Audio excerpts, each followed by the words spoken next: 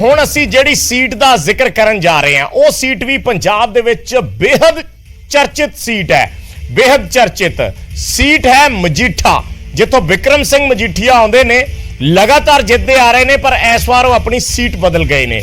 क्यों बदल गए ने उसका जिक्र करांगे गौरव जरूर। बिल्कुल लाजमी तौर पर, और ज्यादातर दर्शक जानते हैं क्योंकि मजीठा विधानसभा हल्का छड़ के बिक्रम मजीठिया ने रुख कर लिया सिद्धू वाले हल्के का। सिद्धू का हल्का अमृतसर ईस्ट, ਅਸੀਂ ਉਸਦੇ ਸਮੀਕਰਨ ਦਿਖਾਵਾਂਗੇ। ਪਰ ਹੁਣ ਬਿਕਰਮ ਮਜੀਠੀਆ ਦੇ ਅੰਮ੍ਰਿਤਸਰ ਈਸਟ ਜਾਣ ਤੋਂ ਬਾਅਦ ਮਜੀਠਾ ਦੇ ਵਿੱਚ ਕੀ ਸਮੀਕਰਨ ਬਣ ਰਹੇ ਨੇ ਉਹ ਤਸਵੀਰਾਂ ਤੁਹਾਡੇ ਸਾਹਮਣੇ ਨੇ। ਬਿਕਰਮ ਮਜੀਠੀਆ ਦੀ ਪਤਨੀ ਪਹਿਲੀ ਵਾਰ ਖੁੱਲ ਕੇ ਚੋਣ ਮੈਦਾਨ ਚ ਉਤਰੇ ਨੇ, ਜਾਂ ਇਨਫੈਕਟ ਇਹ ਵੀ ਤੁਸੀਂ ਕਹਿ ਸਕਦੇ ਹੋ ਕਿ ਹੁਣ ਤੱਕ ਜਿਹੜੇ ਪੁਰਾਣੇ ਇਲੈਕਸ਼ਨ ਰਹੇ ਨੇ, ਜਿਹੜੇ ਪਿੱਛੇ ਦੇ ਇਲੈਕਸ਼ਨ ਰਹੇ ਨੇ, ਗਨੀਵ ਕੌਰ ਬਹੁਤ ਐਕਟਿਵ ਵੀ ਨਜ਼ਰ ਨਹੀਂ ਆਏ ਕਿ ਤੁਹਾਨੂੰ ਲੱਗਿਆ ਹੋਵੇ ਕਿ ਪ੍ਰਚਾਰ ਕਰ ਰਹੇ ਨੇ, ਜਾਂ ਬਿਕਰਮ ਕਦੇ ਵੀ ਨਹੀਂ ਹੋਇਆ।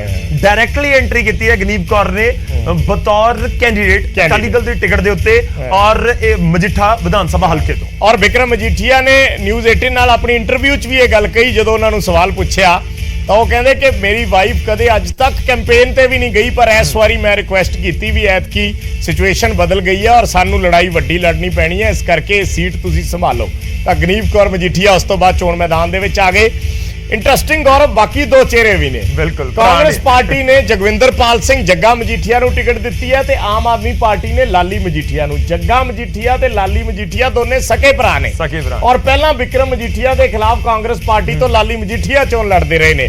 ऐतकी वो आम आदमी पार्टी चले गए, एक दिन पहला शामिल होए, 2 दिन बाद टिकट का अनाउंस हो गया ते जग्गा मजीठिया नूं कांग्रेस पार्टी ने टिकट दे दित्ती। सो दो सके भरा जिवें प्रताप बाजवा ते फतेह बाजवा दोने अलग अलग पार्टियां दे लई लड़ रहे ने, उवें ए इक्को सीट तो ओ ते अलग अलग सीटां ए इक्को सीट तो लड़ रहे ने। और प्रदीप सिंह भुल्लर बीजेपी तो चोण मैदान दे विच ने। बिल्कुल इंटरेस्टिंग इस करके भी है क्योंकि लाली मजीठिया पिछले 5 साल दे विच एक तरीके नाल तुसीं कह सकते हो कि बहुत कटे रहे पार्टी तो, और नवजोत सिंह सिद्धू दे करीबी कहे जाते हैं। सिद्धू ने वक्-वक् स्टेजां ते कहा कि तुसीं लाली मजीठिया बारे नहीं सोच रहे, वो बिक्रम मजीठिया नाल पंगा लैके इस तरीके के शब्दों का इस्तेमाल उन्होंने किया है कि तुसीं उस शख्स बारे नहीं सोचा। वो कैप्टन अमरिंदर सिंह ते निशाना साधदे सी। एंड दे विच आके लाली मजीठिया नूं कांग्रेस दे वल्लों एक चेयरमैन दे दित्ती गई, पर वो बावजूद उसदे नाराजगी दूर नहीं हुई और आम आदमी पार्टी दे विच चले गए। हुण कोई उलट-फेर कर पाउंदे ने या नहीं, एक बड़ा सवाल। एक बड़ा सवाल है। सो मजीठा सीट बड़ी इंपॉर्टेंट है। साडे सहयोगी राजीव शर्मा की रिपोर्ट देखते हैं। विधान सभा हल्का मजीठा दे विच भी मुकाबला इस बार काफ़ी दिलचस्प है। हालांकि मौजूदा विधायक बिक्रम सिंह मजीठिया ने, पर इस बार मजीठिया नूं अमृतसर पूर्वी तो चोण मैदान दे विच उतारिया गया, जबकि मजीठा तो उन्हां दी धर्म पत्नी गनीव कौर मजीठिया चोण मैदान दे विच ने। तां जेकर असीं कांग्रेस और आम आदमी पार्टी की गल करिए तां दो सके भरा चोण मैदान दे विच ने, लाली मजीठिया अते जग्गा मजीठिया। लाली मजीठिया आम आदमी पार्टी वालों चोण लड़ रहे ने ते जग्गा मजीठिया कांग्रेस के उम्मीदवार ने। जेकर भाजपा की गल करिए तां पहली बार भाजपा वालों मजीठा दे विच प्रदीप सिंह भुल्लर नूं उम्मीदवार बनाया गया। तां आम आदमी पार्टी भी जित का दावा कर रही है, दूसरे पासे भाजपा का भी कहना है कि असीं मजीठा हल्के तो जित हासिल करांगे, पर चोण नतीजे तय करनगे कि आखिरकार मजीठा तो कौन बाजी मारता है। कैमरामैन हनीश कुमार दे नाल राजीव शर्मा, न्यूज़ 18 अमृतसर। तो एक चीज तो विजय लाजमी तौर पर कही जा सकती है कि बिक्रम मजीठिया का मजीठा बेशक गढ़ होवे, पर जग्गा मजीठिया ते लाली मजीठिया नूं गनीव कौर दे मैदान दे विच आउण तो बाद एक आस जरूर वजी होएगी। बेशक बिक्रम मजीठिया की पत्नी ने और मजीठिया का गढ़ है, पर जो कैंडीडेट बदलता है तो फिर उन्होंने उम्मीद होंगी है कि इस बार मुकाबला बराबर का या तकड़ा या फिर असीं मुकाबला कर सकते हैं, एक पॉइंट जरूर रहेगा। बिल्कुल। और ये एक चीज होर है गौरव कि एक परिवार है और एक परिवार दे जिहड़े लिंक्स होंदे आ अगे वो तकरीबन साझे लिंक होंदे आ, और वो वोट वंडन दा भी कितना किते खदशा इस इलाके च जरूर वो भी नजर और मैं ये भी डायरेक्टली कहा कि जे गनीव कौर नूं वोटां पैणगियां तो बिक्रम मजीठिया नूं पैणगियां। बिल्कुल क्योंकि उन्हां दा परिवार जुड़िया होया है, और देखना होएगा कि लाली मजीठिया नाल जिहड़े लोग जुड़े हुए ने बतौर कांग्रेस दे अंदर जदों सी उन्हां दे नाल उधर जांदे ने या नहीं जांदे, की होएगा। खैर अगला असीं जिक्र करदे हां खेमकरण हल्के दी तस्वीर की कहंदी आ, तुहानूं दिखा रहे हां। खेमकरण माझे दी एक होर इंपॉर्टेंट सीट, और मैं विजय अगे रुक करनगे, मैं पहला सुखपाल भुल्लर दा जिक्र करदा। बिल्कुल एंड च जाके बड़ी चर्चा हो रही थी कि सुखपाल भुल्लर नूं टिकट मिलेगी नहीं मिलेगी, मिलेगी नहीं मिलेगी। जिहड़ी कांग्रेस ने बिल्कुल एंड वाली लिस्ट लिआंदी ਉਹਦੇ ਵਿੱਚ सुखपाल भुल्लर ਦਾ ਨਾਮ। और इस दे विच एक फैक्ट होर है गौरव, इन्हां दे पिता सुखपाल भुल्लर दे गुरचेत सिंह भुल्लर मंत्री रह चुके ने कांग्रेस पार्टी दे। पिछली बारी गुरचेत भुल्लर ने दावा ठोकिया टिकट का, बराबर सुखपाल भुल्लर ने दावा ठोकता और टिकट लैन च कामयाब हो गए। ऐतकी फिर वो स्थिति बनी, ਫਿਰ ਐਤਕੀ ਸੁਖਪਾਲ ਭੁੱਲਰ ਨੇ ਅੜ ਕੇ ਟਿਕਟ ਲਈ ਹੈ, ਇਸੇ ਕਰਕੇ ਲੇਟ ਹੋਇਆ। ਇੱਕੋ ਪਰਿਵਾਰ ਦੇ ਵਿੱਚ ਮਤਲਬ ਸਿਆਸਤ ਕਿੱਦਾਂ ਦੇ ਰੰਗ ਦਿਖਾਉਂਦੀ ਹੈ, ਇਹ ਬੜਾ ਦਿਲਚਸਪ ਹੁੰਦਾ ਹੈ। ਤੁਸੀਂ ਸ਼ੁਕਰ ਕਰੋ ਕਿ ਉਹ ਇੱਕੋ ਪਾਰਟੀ ਤੋਂ ਟਿਕਟ ਮੰਗ ਰਹੇ ਆ। ਇੱਕੋ ਪਾਰਟੀ ਤੋਂ ਮੰਗ ਰਹੇ ਹੋ ਸਕਦਾ ਕਿ ਕਾਂਗਰਸ ਤੋਂ ਹੋਵੇ, ਇੱਕ ਅਕਾਲੀ ਦਲ ਤੋਂ ਹੋਵੇ, ਜਾਂ ਫਿਰ ਇਹ ਇੱਕੋ ਪਾਰਟੀ ਤੋਂ ਮੰਗ ਰਹੇ ਸੀ, ਇੱਕੋ ਪਾਰਟੀ ਤੋਂ, ਪਰ ਸੁਖਪਾਲ ਭੁੱਲਰ ਨੂੰ ਮਿਲੀ। ਵਿਰਸਾ ਸਿੰਘ ਵਲਟੋਆ ਲਗਾਤਾਰ ਅਕਾਲੀ ਦਲ ਵੱਲੋਂ ਚੋਣ ਲੜਦੇ ਆ ਰਹੇ ਨੇ, ਜਿੱਤੇ ਵੀ ਨੇ, ਔਰ ਐਤਕੀ ਫਿਰ ਅਕਾਲੀ ਦਲ ਨੇ ਚੋਣ ਮੈਦਾਨ ਦੇ ਵਿੱਚ ਉਤਾਰਿਆ ਮਜ਼ਬੂਤ ਉਮੀਦਵਾਰ ਨੇ, ਕੋਈ ਦੋ ਰਾਏ ਇੱਕ ਤਰੀਕੇ ਨਾਲ ਸ਼੍ਰੋਮਣੀ ਅਕਾਲੀ ਦਲ ਦਾ। ਸਰਵਣ ਸਿੰਘ ਧੁੰਨ ਇਹ ਵੀ ਇੱਕ ਬੜਾ ਵੱਡਾ ਨਾਮ ਹੈ ਉਸ ਇਲਾਕੇ ਦੇ ਵਿੱਚ। ਸਰਵਣ ਸਿੰਘ ਧੁੰਨ ਉਸ ਵੇਲੇ ਚਰਚਾ ਦੇ ਵਿੱਚ ਆਏ ਜਦੋਂ ਮਨਪ੍ਰੀਤ ਬਾਦਲ ਨੇ ਪੀਪੀਪੀ ਪਾਰਟੀ ਬਣਾਈ ਸੀ, ਔਰ ਮਨਪ੍ਰੀਤ ਦੇ ਨਾਲ ਜਿਹੜੇ ਕੋਈ 5-7 ਮਜ਼ਬੂਤ ਚਿਹਰੇ ਸੀ ਉਸ ਵੇਲੇ ਜੁੜੇ ਸੀ, ਉਹਨਾਂ ਚੋਂ ਸਰਵਣ ਸਿੰਘ ਧੁੰਨ ਇੱਕ ਬੜਾ ਅਹਿਮ ਨਾਮ ਸੀ ਉਸ ਵੇਲੇ, ਪੀਪੀਪੀ ਦੇ ਨਾਲ ਜੁੜੇ ਸੀ। ਹੁਣ ਆਮ ਆਦਮੀ ਪਾਰਟੀ 'ਚ ਨੇ, ਔਰ ਆਮ ਆਦਮੀ ਪਾਰਟੀ ਨੇ ਸਰਵਣ ਸਿੰਘ ਧੁੰਨ ਨੂੰ ਟਿਕਟ ਦਿੱਤੀ ਹੈ। ਕਾਫੀ ਮਜ਼ਬੂਤ ਚਿਹਰਾ ਨੇ, ਔਰ ਦੋਨਾਂ ਕੈਂਡੀਡੇਟਸ ਨੂੰ ਕਾਫੀ ਤਗੜੀ ਟੱਕਰ ਦੇ ਰਹੇ ਨੇ, ਉੱਥੋਂ ਦੇ ਲੋਕ ਜਾਣਦੇ ਨੇ ਜੀ। ਦਲਜੀਤ ਸਿੰਘ ਗਿੱਲ ਸ਼੍ਰੋਮਣੀ ਅਕਾਲੀ ਦਲ ਸੰਯੁਕਤ ਦੇ ਹਿੱਸੇ ਦੀ ਇਹ ਸੀਟ ਹੈ ਢੀਂਡਸਾ ਗਰੁੱਪ ਦੀ, ਤੇ ਉਹਨਾਂ ਨੇ ਦਲਜੀਤ ਸਿੰਘ ਗਿੱਲ ਨੂੰ ਉਮੀਦਵਾਰ ਬਣਾਇਆ। ਬਿਲਕੁਲ, ਤਾਂ ਇਹ ਖੇਮਕਰਨ ਦੀ ਟੱਕਰ ਕਿਸ ਤਰੀਕੇ ਦੀ ਆ ਉਹ ਤੁਹਾਨੂੰ ਦਿਖਾਉਣ ਦੀ ਕੋਸ਼ਿਸ਼ ਕਰ ਰਹੇ ਹਾਂ।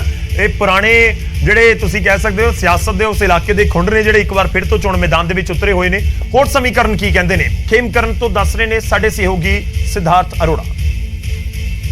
ਵਿਧਾਨ ਸਭਾ ਹਲਕਾ ਖੇਮਕਰਨ ਦੇ ਵਿੱਚ 2017 ਤੋਂ ਲੈ ਕੇ ਹੁਣ ਤੱਕ ਜਿਹੜੇ ਨੇ ਕਾਂਗਰਸ ਦੇ ਵਿਧਾਇਕ ਸੁਖਪਾਲ ਸਿੰਘ ਭੁੱਲਰ ਰਹੇ ਨੇ, ਤੇ ਕਾਂਗਰਸ ਪਾਰਟੀ ਤੋਂ ਹੁਣ ਜਿਹੜੇ ਨੇ ਉਮੀਦਵਾਰ ਨੇ।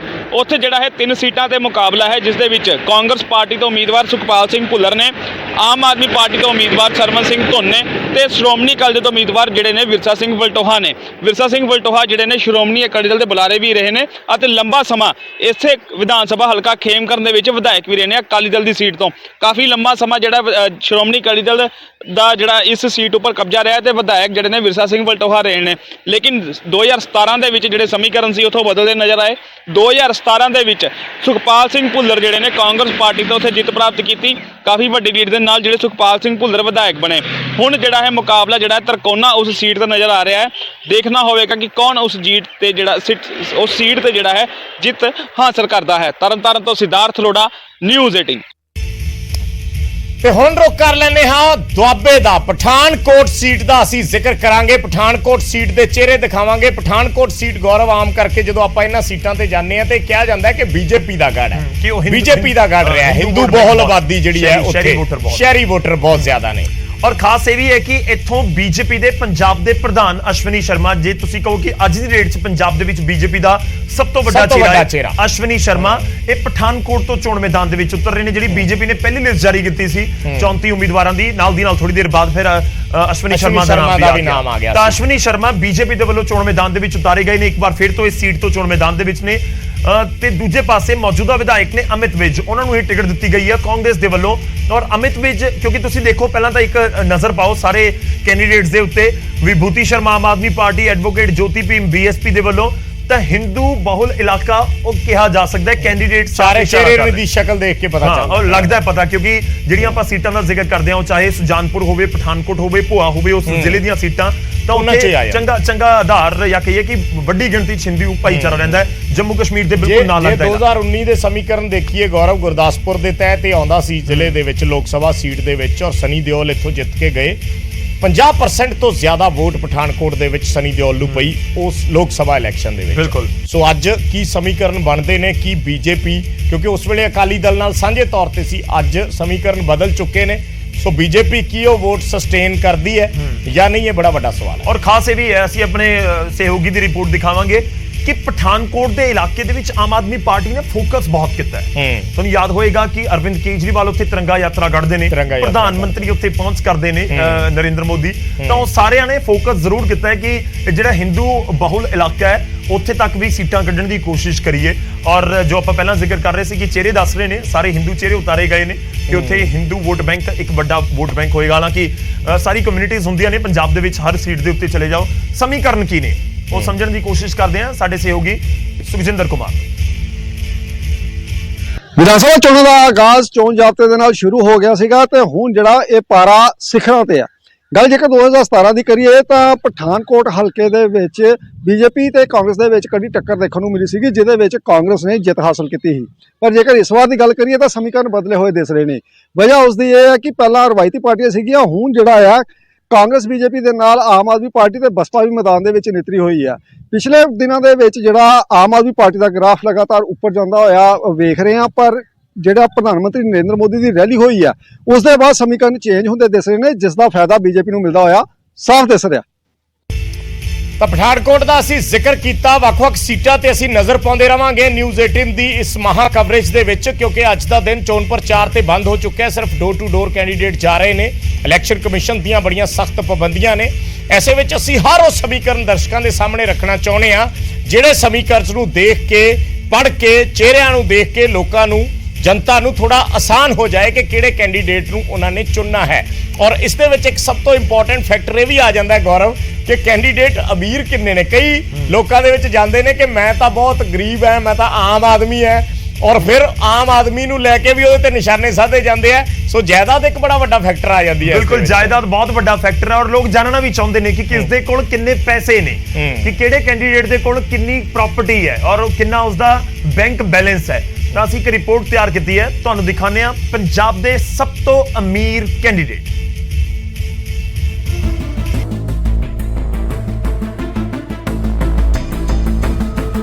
ਪੰਜਾਬ ਵਿੱਚ ਸਭ ਤੋਂ ਅਮੀਰ ਉਮੀਦਵਾਰ ਆਮ ਆਦਮੀ ਪਾਰਟੀ ਤੋਂ ਨੇ।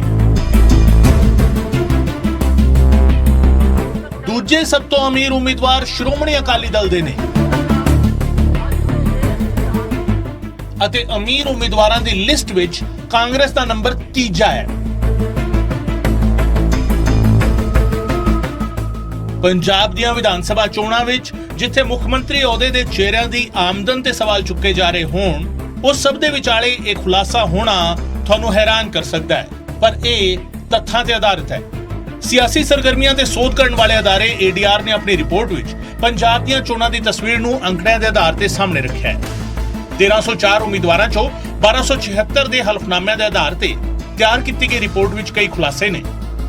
ਸਭ ਤੋਂ ਅਹਿਮ ਤੱਥ ਇਹ ਹੈ ਕਿ 2017 ਦੇ ਮੁਕਾਬਲੇ ਕਰੋੜਪਤੀ ਉਮੀਦਵਾਰਾਂ ਦੀ ਗਿਣਤੀ 2022 ਵਿੱਚ ਵਧੀ ਹੈ। 2017 ਵਿੱਚ 37% ਉਮੀਦਵਾਰ ਕਰੋੜਪਤੀ ਸਨ, ਜਦਕਿ 2022 ਵਿੱਚ 41% ਉਮੀਦਵਾਰਾਂ ਦੇ ਨਾਂ ਦੇ ਨਾਲ ਕਰੋੜਪਤੀ ਦਾ ਟੈਗ ਲੱਗਿਆ ਹੋਇਆ ਹੈ। ਸਿਆਸੀ ਧਿਰਾਂ ਦੀ ਗੱਲ ਕਰੀਏ ਤਾਂ ਅਕਾਲੀ ਦਲ ਤੋਂ ਲੈ ਕੇ ਕਾਂਗਰਸ, ਭਾਜਪਾ, ਬਸਪਾ ਤੇ ਆਮ ਆਦਮੀ ਪਾਰਟੀ ਦੇ ਨਾਲ-ਨਾਲ ਕੈਪਟਨ ਅਮਰਿੰਦਰ ਸਿੰਘ ਦੀ ਪੰਜਾਬ ਲੋਕ ਕਾਂਗਰਸ ਅਤੇ ਸ਼੍ਰੋਮਣੀ ਅਕਾਲੀ ਦਲ ਸੰਯੁਕਤ ਵੀ ਕਰੋੜਪਤੀ ਉਮੀਦਵਾਰਾਂ ਦੀ ਟੀਮ ਨੂੰ ਨਾਲ ਰੱਖੇ ਹੋਏ ਹੈ। ਪਾਰਟੀਆਂ ਦੇ ਕਰੋੜਪਤੀਆਂ ਦੀ ਤਸਵੀਰ ਵਿਖਾਉਣ ਤੋਂ ਪਹਿਲਾਂ ਤੁਹਾਨੂੰ ਦੱਸ ਦਿੰਦੇ ਹਾਂ ਪੰਜਾਬ ਦੇ ਸਭ ਤੋਂ ਅਮੀਰ ਉਮੀਦਵਾਰ। ADR ਦੀ ਰਿਪੋਰਟ ਵਿੱਚ ਦਾਅਵਾ ਕੀਤਾ ਗਿਆ ਹੈ ਕਿ ਸਭ ਤੋਂ ਅਮੀਰ ਉਮੀਦਵਾਰਾਂ ਵਿੱਚ ਤੀਜੇ ਨੰਬਰ ਤੇ ਨੇ ਕਾਂਗਰਸ ਦੀ ਸ੍ਰੀ ਮੁਕਤਸਰ ਸਾਹਿਬ ਸੀਟ ਤੋਂ ਉਮੀਦਵਾਰ ਕਰਨ ਕੌਰ, ਜਿਨ੍ਹਾਂ ਦੀ 41,62,025 ਰੁਪਏ ਦੀ ਚਲ ਜਾਇਦਾਦ ਅਤੇ 155 ਕਰੋੜ ਰੁਪਏ ਦੀ ਅਚਲ ਜਾਇਦਾਦ ਦੇ ਨਾਲ ਉਹਨਾਂ ਕੋਲ ਕੁੱਲ ਜਾਇਦਾਦ 155 ਕਰੋੜ ਤੋਂ ਵੱਧ ਹੋ ਜਾਂਦੀ ਹੈ। ਦੂਜੇ ਨੰਬਰ ਤੇ ਨੇ ਸ਼੍ਰੋਮਣੀ ਅਕਾਲੀ ਦਲ ਦੇ ਪ੍ਰਧਾਨ ਸੁਖਬੀਰ ਸਿੰਘ ਬਾਦਲ, ਜਿਨ੍ਹਾਂ ਦੀ ਸੀਟ ਹੈ ਜਲਾਲਾਬਾਦ। ਚਲ ਜਾਇਦਾਦ ਹੈ 80 ਕਰੋੜ ਤੋਂ ਵੱਧ ਅਤੇ 121 ਕਰੋੜ ਤੋਂ ਵੱਧ ਹੈ ਅਚਲ ਜਾਇਦਾਦ, ਤੇ ਜਾਇਦਾਦ ਦਾ ਕੁੱਲ ਮੁੱਲ ਹੈ 202 ਕਰੋੜ ਤੋਂ ਵੱਧ। ਪੰਜਾਬ ਵਿੱਚ ਜੋ ਉਮੀਦਵਾਰ ਸਭ ਤੋਂ ਅਮੀਰ ਨੇ ਉਹ ਨੇ ਆਮ ਆਦਮੀ ਪਾਰਟੀ ਦੇ ਚੋਣ ਨਿਸ਼ਾਨ ਝਾੜੂ ਤੇ ਸਾਹਿਬਜ਼ਾਦਾ ਅਜੀਤ ਸਿੰਘ ਨਗਰ ਤੋਂ ਚੋਣ ਲੜ ਰਹੇ ਕੁਲਵੰਤ ਸਿੰਘ, ਜਿਨ੍ਹਾਂ ਦੀ 203 ਕਰੋੜ ਦੀ ਚਲ ਅਤੇ 34 ਕਰੋੜ ਤੋਂ ਵੱਧ ਕੀਮਤ ਦੀ ਅਚਲ ਜਾਇਦਾਦ ਨੇ ਉਹਨਾਂ ਨੂੰ 238 ਕਰੋੜ ਤੋਂ ਵੱਧ ਦੀ ਜਾਇਦਾਦ ਦੇ ਨਾਲ ਸਭ ਤੋਂ ਅਮੀਰ ਉਮੀਦਵਾਰ ਬਣਾ ਦਿੱਤਾ ਹੈ।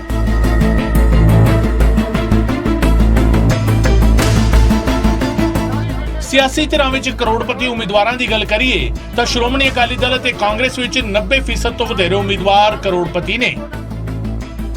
ਕਾਂਗਰਸ ਵਿੱਚ 107 ਅਤੇ ਸ਼੍ਰੋਮਣੀ ਅਕਾਲੀ ਦਲ ਵਿੱਚ 99 ਕਰੋੜਪਤੀਆਂ ਨੂੰ ਟਿਕਟ ਮਿਲੀ ਹੈ, ਜਦਕਿ ਭਾਜਪਾ ਵਿੱਚ 60, BSP ਵਿੱਚ 16, ਆਮ ਆਦਮੀ ਪਾਰਟੀ ਵਿੱਚ 81, ਪੰਜਾਬ ਲੋਕ ਕਾਂਗਰਸ ਵਿੱਚ 16 ਤੇ ਸ਼੍ਰੋਮਣੀ ਅਕਾਲੀ ਦਲ ਸੰਯੁਕਤ ਵਿੱਚ 11 ਕਰੋੜਪਤੀਆਂ ਨੂੰ ਉਮੀਦਵਾਰ ਬਣਾਇਆ ਗਿਆ ਹੈ।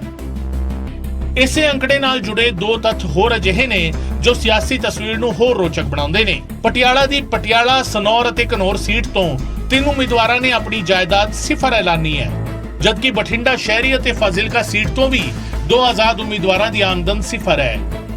ਕੁੱਲ ਮਿਲਾ ਕੇ ਮਾਹੌਲ ਚੋਣਾਂ ਦਾ ਹੈ ਅਤੇ ਤੱਥ ਅਹਿਮ ਨੇ। ਇਹਨਾਂ ਤੱਥਾਂ ਦਾ ਇੱਕ ਇਸ਼ਾਰਾ ਇਹ ਵੀ ਹੈ ਕਿ ਸਿਆਸਤ ਕਿਸੇ ਮਾੜੇ ਢੀੜੇ ਬੰਦੇ ਦੇ ਵੱਸ ਦੀ ਗੱਲ ਨਹੀਂ। ਕਰੋੜਪਤੀ ਹੋਣ ਤਾਂ ਹੀ ਚਾਂਸ ਹੈ, ਫਿਰ ਆਦਮੀ ਭਾਵੇਂ ਆਮ ਹੋਵੇ ਜਾਂ ਖਾਸ। Bureau report, news 18 Punjab.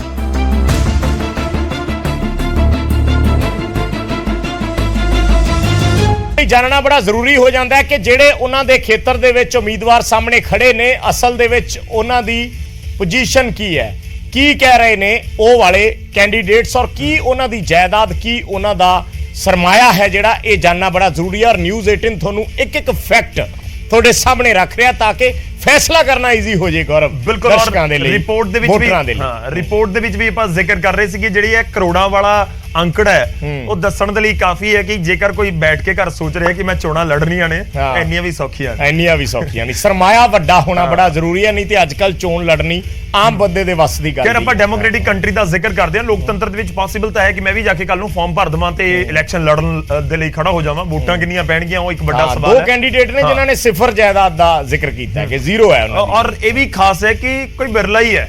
ਤੁਸੀਂ ਪਿਛਲੇ ਆਜ਼ਾਦੀ ਤੋਂ ਬਾਅਦ ਦਾ ਪੂਰਾ ਮਾਹੌਲ ਦੇਖ ਲਓ, ਕੋਈ ਬਿਰਲਾ ਹੀ ਹੋਏਗਾ ਕਿ ਜਿਸ ਦੇ ਕੋਲ ਨਾ ਸਰਮਾਇਆ ਸੀ, ਨਾ ਨੋਟਾਂ ਦਾ ਢੇਰ ਸੀ, ਔਰ ਉਹ ਐਮਐਲਏ ਜਾਂ ਫਿਰ ਮੰਤਰੀ ਜਾਂ ਫਿਰ ਕੋਈ ਹੋਰ ਵੱਡੇ ਅਹੁਦੇ ਉੱਤੇ ਪਹੁੰਚ ਗਿਆ। ਸਟੈਪ ਬਾਈ ਸਟੈਪ ਪਹੁੰਚਦੇ ਗਏ, ਪ੍ਰਾਪਰਟੀ ਵੱਧਦੀ ਗਈ ਤੇ ਉਸ ਤੋਂ ਬਾਅਦ ਵੱਡੇ ਅਹੁਦੇ ਮਿਲਦੇ ਰਹੇ, ਅੱਗੇ ਵਧਦੇ ਆਉਣ। ਕਾਦੀਆਂ ਸੀਟ ਬਿਲਕੁਲ ਇੱਕ ਹੋਰ ਬਹੁਤ ਇੰਪੋਰਟੈਂਟ ਹੈ ਜਿਸ ਦਾ ਆਪਾਂ ਪਹਿਲਾਂ ਮਜੀਠੇ ਵਿਧਾਨ ਸਭਾ ਹਲਕੇ ਦੇ ਦੌਰਾਨ ਗੱਲਬਾਤ ਕਰ ਰਹੇ ਸੀ। ਕਾਦੀਆਂ ਵਿਧਾਨ ਸਭਾ ਹਲਕਾ, ਕਾਦੀਆਂ ਦੇ ਵਿੱਚ ਇਸ ਵਾਰ ਚੋਣ ਮੈਦਾਨ ਦੇ ਵਿੱਚ ਫਤਿਹ ਜੰਗ ਬਾਜਵਾ ਨਹੀਂ ਨੇ, ਉਹਨਾਂ ਦੇ ਭਰਾ ਨੇ। ਭਰਾ ਦਾ ਨਾਮ ਹੈ ਪ੍ਰਤਾਪ ਬਾਜਵਾ। ਪੰਜਾਬ ਦੀ ਸਿਆਸਤ ਦਾ ਇੱਕ ਵੱਡਾ ਨਾਮ, ਪੰਜਾਬ ਕਾਂਗਰਸ ਦੇ ਸਾਬਕਾ ਪ੍ਰਧਾਨ, ਮੌਜੂਦਾ ਸਮੇਂ ਦੇ ਵਿੱਚ ਰਾਜ ਸਭਾ ਮੈਂਬਰ।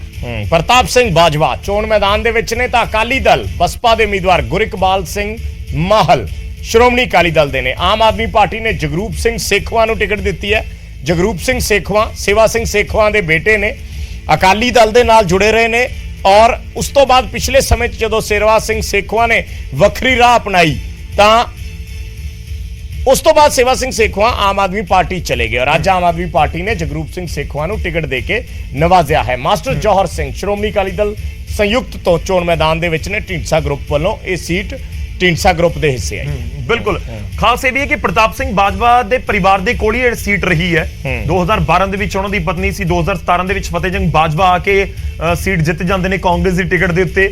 ਇਸ ਵਾਰ ਬੀਜੇਪੀ ਚਲੇ ਗਏ ਉਹ ਔਰ ਬਹੁਤ ਦਿਲਚਸਪ ਹੈ। ਮੈਂ ਸੇਵਾ ਸਿੰਘ ਸੇਖਵਾਂ ਦੇ ਬੇਟੇ ਦਾ ਨਾਮ ਦਾ ਜ਼ਿਕਰ ਜ਼ਰੂਰ ਕਰਨਾ ਚਾਹੂੰਗਾ, ਜਿਹੜਾ ਸ਼੍ਰੋਮਣੀ ਅਕਾਲੀ ਦਲ ਤੋਂ ਵੱਖ ਹੋ ਕੇ, ਉਹ ਚਾਹੇ ਸੇਵਾ ਸਿੰਘ ਸੇਖਵਾਂ ਹੋਣ, ਸੁਖਦੇਵ ਸਿੰਘ ਢੀਂਡਸਾ ਹੋਣ ਜਾਂ ਰਣਜੀਤ ਸਿੰਘ ਬ੍ਰਹਮਪੁਰਾ ਹੋਣ, ਅਲੱਗ ਹੋ ਕੇ ਜਿਹੜਾ ਉਹਨਾਂ ਨੇ ਇੱਕ ਫਰੰਟ ਬਣਾਇਆ ਸੀ ਸ਼੍ਰੋਮਣੀ ਅਕਾਲੀ ਦਲ ਟਕਸਾਲੀ, ਉਸ ਤੋਂ ਬਾਅਦ ਉਹ ਸੰਯੁਕਤ ਹੋਣ ਬਣ ਗਿਆ ਜੋ ਬੀਜੇਪੀ ਨਾਲ ਅਲਾਈਅੰਸ ਹੈ।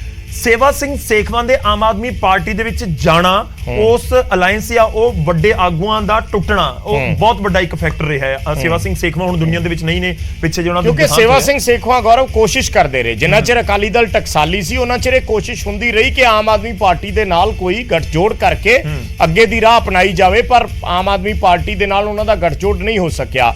ਇਨ ਬਿਟਵੀਨ ਜਿਹੜੇ ਦੂਸਰੇ ਉਹਨਾਂ ਦੇ ਸਹਿਯੋਗੀ ਸੀ, ਸੁਖਦੇਵ ਸਿੰਘ ਢੀਂਡਸਾ ਦਾ ਝੁਕਾਅ ਬੀਜੇਪੀ ਵੱਲ ਸੀ, ਉਹਨਾਂ ਨੇ ਬਹੁਤਾ ਇੰਟਰਸਟ ਨਹੀਂ ਦਿਖਾਇਆ। ਰਣਜੀਤ ਸਿੰਘ ਬ੍ਰਹਮਪੁਰਾ ਆਪਣੀ ਅਲੱਗ ਟੋਨ ਲੈ ਕੇ ਚੱਲ ਰਹੇ ਸੀ, ਉਹਨਾਂ ਨੇ ਜ਼ਿਆਦਾ ਇੰਟਰਸਟ ਨਹੀਂ ਦਿਖਾਇਆ। ਔਰ ਇੱਕ ਹੋਰ ਜਿਹੜੇ ਉਹਨਾਂ ਦੇ ਤੀਸਰੇ ਸਹਿਯੋਗੀ ਸੀ ਉਹ ਵੀ ਆਪਣਾ ਅਲੱਗ ਚੱਲ ਰਹੇ ਸੀ। ਸੋ ਉਹ ਬਾਅਦ ਚ ਅਕਾਲੀ ਦਲ ਚ ਵਾਪਸ ਚਲੇ ਗਏ।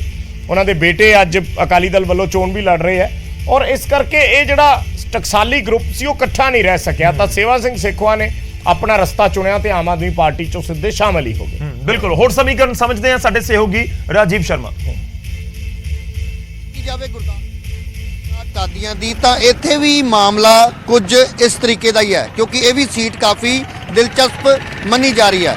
ਮੈਂਬਰ ਰਾਜ ਸਭਾ ਪ੍ਰਤਾਪ ਸਿੰਘ ਬਾਜਵਾ ਇਸ ਵਾਰ ਕਾਦੀਆਂ ਤੋਂ ਕਾਂਗਰਸ ਦੇ ਉਮੀਦਵਾਰ ਨੇ, ਜਦਕਿ ਅਕਾਲੀ ਦਲ ਵੱਲੋਂ ਗੁਰਿਕਬਾਲ ਸਿੰਘ ਮਾਹਲ ਨੂੰ ਚੋਣ ਮੈਦਾਨ ਦੇ ਵਿੱਚ ਉਤਾਰਿਆ ਗਿਆ। ਔਰ ਜੇਕਰ ਗੱਲ ਕਰੀਏ ਆਮ ਆਦਮੀ ਪਾਰਟੀ ਦੀ ਤਾਂ ਸੇਵਾ ਸਿੰਘ ਸੇਖਵਾਂ ਦੇ ਬੇਟੇ ਜਗਰੂਪ ਸਿੰਘ ਸੇਖਵਾਂ ਇਸ ਵਾਰ ਚੋਣ ਮੈਦਾਨ ਦੇ ਵਿੱਚ ਨੇ। ਤਾਂ ਇੱਥੇ ਵੀ ਕਾਫੀ ਕਰੜੀ ਟੱਕਰ ਮੰਨੀ ਜਾ ਰਹੀ ਹੈ ਔਰ ਗੁਰਦਾਸਪੁਰ ਦਾ ਕਾਦੀਆਂ ਹਲਕਾ ਜੋ ਹੈ ਉੱਥੇ ਜੋ ਮੁਸਲਿਮ ਭਾਈਚਾਰੇ ਦਾ ਇੱਕ ਵੱਡਾ ਵੋਟ ਬੈਂਕ ਹੈ, ਤਾਂ ਇਸ ਵਾਰ ਉੱਥੋਂ ਦੇ ਲੋਕ ਕਿਸ ਨੂੰ ਚੁਣਦੇ ਨੇ ਉਸ ਦੇ ਉੱਪਰ ਵੀ ਨਜ਼ਰ ਹਰ ਕਿਸੇ ਦੀ ਬਣੀ ਹੋਈ ਹੈ। ਕੈਮਰਾਮੈਨ ਹਨੀਸ਼ ਕੁਮਾਰ ਦੇ ਨਾਲ ਰਾਜੀਵ ਸ਼ਰਮਾ, ਨਿਊਜ਼ 18 ਅੰਮ੍ਰਿਤਸਰ। ਤਾਂ ਅਸੀਂ ਜ਼ਿਕਰ ਹੁਣ ਕਰਾਂਗੇ ਅਗਲੀ ਸੀਟ ਦਾ, ਕਿਉਂਕਿ ਅਸੀਂ ਮਾਝੇ ਵਾਲੇ ਪਾਸੇ ਇਸ ਸਮੇਂ ਸੀਟਾਂ ਬੈਕ ਟੂ ਬੈਕ ਦਿਖਾ ਰਹੇ ਹਾਂ ਤੇ ਮਾਝੇ ਦੀ ਇੱਕ ਹੋਰ ਸੀਟ ਦਾ ਜ਼ਿਕਰ ਹੋਏਗਾ। ਸੀਟ ਦਾ ਨਾਮ ਹੈ ਦੀਨਾਨਗਰ, ਜਿੱਥੋਂ ਆਉਂਦੇ ਨੇ ਕੈਬਨਿਟ ਮੰਤਰੀ ਅਰੁਣਾ ਚੌਧਰੀ। ਇੱਕ ਵਾਰ ਮੁੜ ਤੋਂ ਚੋਣ ਮੈਦਾਨ ਦੇ ਵਿੱਚ ਨੇ। ਸਮੀਕਰਨ ਕੀ ਨੇ ਉਸ ਦੀ ਗੱਲ ਕਰਾਂਗੇ, ਪਰ ਪਹਿਲਾਂ ਇੱਕ ਨਜ਼ਰ ਜਿਹੜੇ ਉਮੀਦਵਾਰ ਨੇ ਉਹਨਾਂ ਦੇ ਉੱਤੇ। ਅਰੁਣਾ ਚੌਧਰੀ ਇੱਕ ਵਾਰ ਫਿਰ ਤੋਂ ਚੋਣ ਮੈਦਾਨ ਦੇ ਵਿੱਚ ਨੇ, ਮੌਜੂਦਾ ਸਮੇਂ ਦੇ ਵਿੱਚ ਮੰਤਰੀ ਨੇ ਔਰ ਕਾਂਗਰਸ ਨੇ ਇੱਕ ਵਾਰ ਫਿਰ ਤੋਂ ਟਿਕਟ ਦਿੱਤੀ। ਬਿਲਕੁਲ, ਅਰੁਣਾ ਚੌਧਰੀ ਇੱਕ ਵੱਡਾ ਚਿਹਰਾ ਨੇ ਕਾਂਗਰਸ ਪਾਰਟੀ ਦਾ, ਪਹਿਲਾਂ ਵੀ ਉਹ ਜਿੱਤਦੇ ਆਏ ਨੇ ਔਰ ਇਸ ਵਾਰ ਮੰਤਰੀ ਬਣੇ ਨੇ ਕੈਬਨਿਟ ਦੇ ਵਿੱਚ। ਰੇਣੂ ਕਸ਼ਯਪ ਨੂੰ ਬੀਜੇਪੀ ਨੇ ਉਮੀਦਵਾਰ ਬਣਾਇਆ ਹੈ। ਅਰੁਣਾ ਚੌਧਰੀ ਦੇ ਸਾਹਮਣੇ ਆਮ ਆਦਮੀ ਪਾਰਟੀ ਵੱਲੋਂ ਸ਼ਮਸ਼ੇਰ ਸਿੰਘ ਔਰ ਬੀਐਸਪੀ ਦੇ ਹਿੱਸੇ ਦੀ ਇਹ ਸੀਟ ਹੈ। ਅਕਾਲੀ ਬਸਪਾ ਗਠਜੋੜ ਦੇ ਤਹਿਤ ਕਮਲਜੀਤ ਸਿੰਘ ਚਾਵਲਾ ਚੋਣ ਮੈਦਾਨ ਦੇ ਵਿੱਚ ਨੇ। ਉਹੀ ਇਲਾਕਾ ਗੌਰਵ ਜਿਵੇਂ ਆਪਾਂ ਪਹਿਲਾਂ ਜ਼ਿਕਰ ਕਰ ਰਹੇ ਸੀ ਕਿ ਉੱਥੇ ਬੀਜੇਪੀ ਦਾ ਪ੍ਰਭਾਵ ਮੰਨਿਆ ਜਾਂਦਾ ਰਿਹਾ ਔਰ ਇਸ ਹਲਕੇ ਤੋਂ ਵੀ ਇੱਕ ਵੱਡੀ ਲੀਡ ਸਨੀ ਦਿਓਲ ਨੂੰ ਮਿਲੀ ਸੀ 2019 ਦੇ ਵਿੱਚ।